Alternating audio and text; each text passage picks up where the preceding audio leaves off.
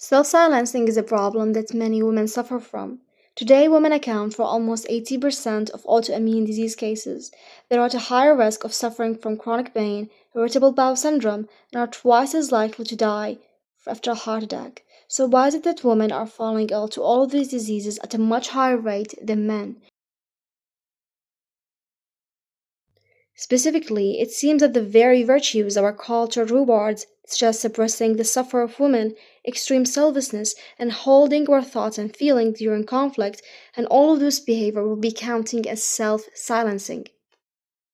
The way we express ourselves and boundaries in our relationship is a big thing when it comes to our health. In relationship with power differences in any sort, whether it was dependency or control and so on, women may learn to self-silence or shut their feelings and thoughts and action to avoid conflict or lose of relationship, especially when it comes to relationship with people that are narcissistic and when women push their feelings down and cast their needs aside, their health will suffer.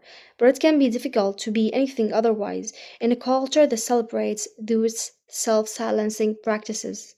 And those unspoken standards for women establish a viscous cycle. When we are taught to not over exaggerate, or to not make problems, or to not set clear boundaries with people, this can be even beneficial for some women to silence their own need at the expense of their own health for others. In the late 80s, Harvard trained psychologist Dana Jack identified a recurring theme among females that were suffering from depression. They had a tendency to self silence. She defined it as the propensity to engage in compulsive caretaking, policing the others, and inhibition of self expression in relationship in an attempt to achieve intimacy and meet relational needs, which was later on associated with increased depression. So, when you are continuously pleasing others, when we are not expressing our needs and feelings, when we are silencing ourselves, this will all might actually lead in the end of the day to increase depression. So a lot of those women-hit virtues are not truly beneficial to our health. Instead, they are wrecking our bodies and our health.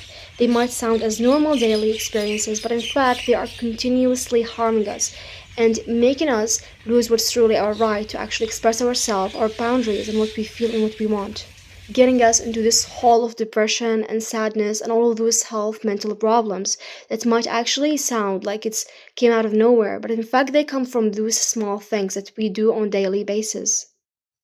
That time you did not speak about your feelings to your friend, that time you silenced how you felt about something. All of those times you try to please somebody, or you try to actually keep your boundaries or your feelings away, you try to not make a problem or to talk about how you felt about something.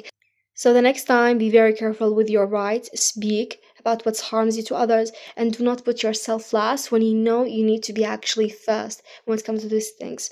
Always ask yourself, am I really feeling something about this? Is this really something that I do not expect or accept and it just angers me? And what should be actually my right decision in this situation?